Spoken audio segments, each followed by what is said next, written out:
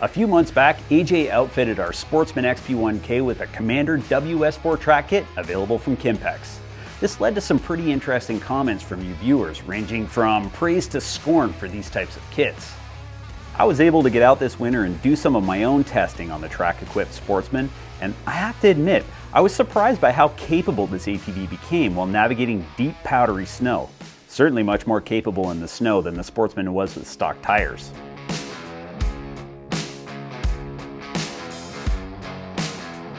Since the footprint of the track kit is so much larger than an ATV tire, there's a ridiculous amount of flotation over the snow. Plus, driving in all-wheel drive and low range as is recommended, you can go just about anywhere the snow covers and ride over snow-covered hills with ease. The downside is the track kit adds more than a foot of width to the ATV, so your stock fenders offer no protection to snow roofs getting flung up in the air and covering you as you stab the throttle. Probably one more benefit to running the ATV in low range. Plus, you could always pick up some aftermarket fender flares as well. Obviously, there are some trade-offs to outfitting your ATV with a track kit, which we'll explore later. But one thing you need to understand is just because your ATV now has a track does not automatically give you the right to access snowmobile trails. You need to check with your local snowmobile club to make sure that you don't wind up getting a ticket. The good news is we are seeing a rise in ATV clubs managing and maintaining designated ORV winter use trails. Ultimately, the best use of a track-equipped ATV in winter would be for work on your private land, or loading up your racks with all your gear and towing your ice fishing hut out to your favorite spot, and especially for attaching a plow implement for clearing snow from your driveway. Now, the snow's all melted around our home base, so I decided to see just how well the Commander WS4 track kit stands up to its 4-season claim. First, let's keep in mind this kit is on an XP1K. This is a high-performance ATV, and like Luke commented during his test ride last season, at 90 horsepower, this engine is an absolute powerhouse. This engine is an absolute powerhouse. It's one thing after getting back on this vehicle after having not ridden one for a while that stood out to me immediately and actually kind of blew my mind. Now, the Commander WS4 website claims a speed loss of up to 35% when you're using your track kit. So we're probably not going to keep this kit on come summertime because we want to take full advantage of all the performance benefits of this ATV. So this is a really important factor to consider when you're looking at track kits. Are you comfortable with the performance loss? And if you intend to swap out your kit depending on the season, can you capably do this work yourself? Real-life installation time the first time installing a new track kit is around 2.5 hours. However, it gets easier, and subsequent swap outs from track kit to tires and vice versa should only require about an hour in the shop.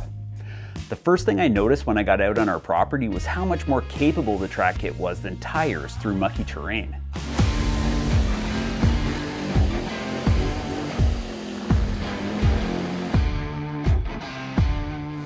The larger footprint spreads out ground pressure, and with power going to all 4 tracks, you can confidently attack mud holes you might think twice about tackling on your wheeled ATV, making the track kit great for accessing remote locations and negotiating treacherous terrain.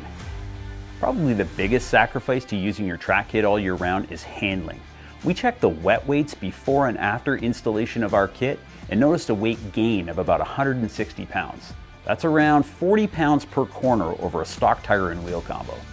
What we found is that even with the EPS cranked all the way to max, you can feel every bit of that 80 pounds up front. Steering feels significantly heavier, and you no longer have the additional cushioning from rock hits that your tires provide. That said though, the Trax Sportsman climbs hills like a billy goat, with all 4 tracks gripping the ground like a Sherman tank, leaving barely any obstacle we couldn't tackle. Plus, no more pinch flats. So again, there are some performance trade-offs to having a track kit on your ATV, but there are also some advantages. What you need to decide is how you want to use your ATV and if you're comfortable with what you lose versus what you gain. As I mentioned earlier, the Commander WS4 website claims a speed loss of up to 35% when using your track kit. Since you guys always want to know top speed, we ran our Sportsman against our RMAX for accurate numbers and reached almost 50 miles an hour. Keep in mind though, we were in high range, riding on pavement with a throttle taped to the bars. Things got a bit sketchy guys, but let's be honest, this is not the typical or recommended use of a track kit. But hey, you guys always want to know top speed numbers, and now you do. Let's be real here. It's recommended that you ride with your track kit in low range so as not to put critical strain on your ATV, not in high range with the throttle fully pinned like we did in our top speed test.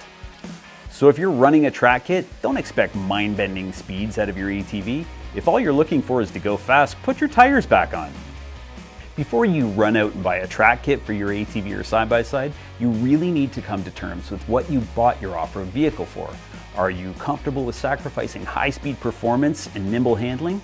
And do you intend to swap out your track for tires depending on the season or use? If none of that resonates with you, then a track kit is not for you. But if the ability to go just about anywhere and confidently ride through just about any conditions makes your nether regions tingle, then I think you can safely pull the trigger on your new track kit.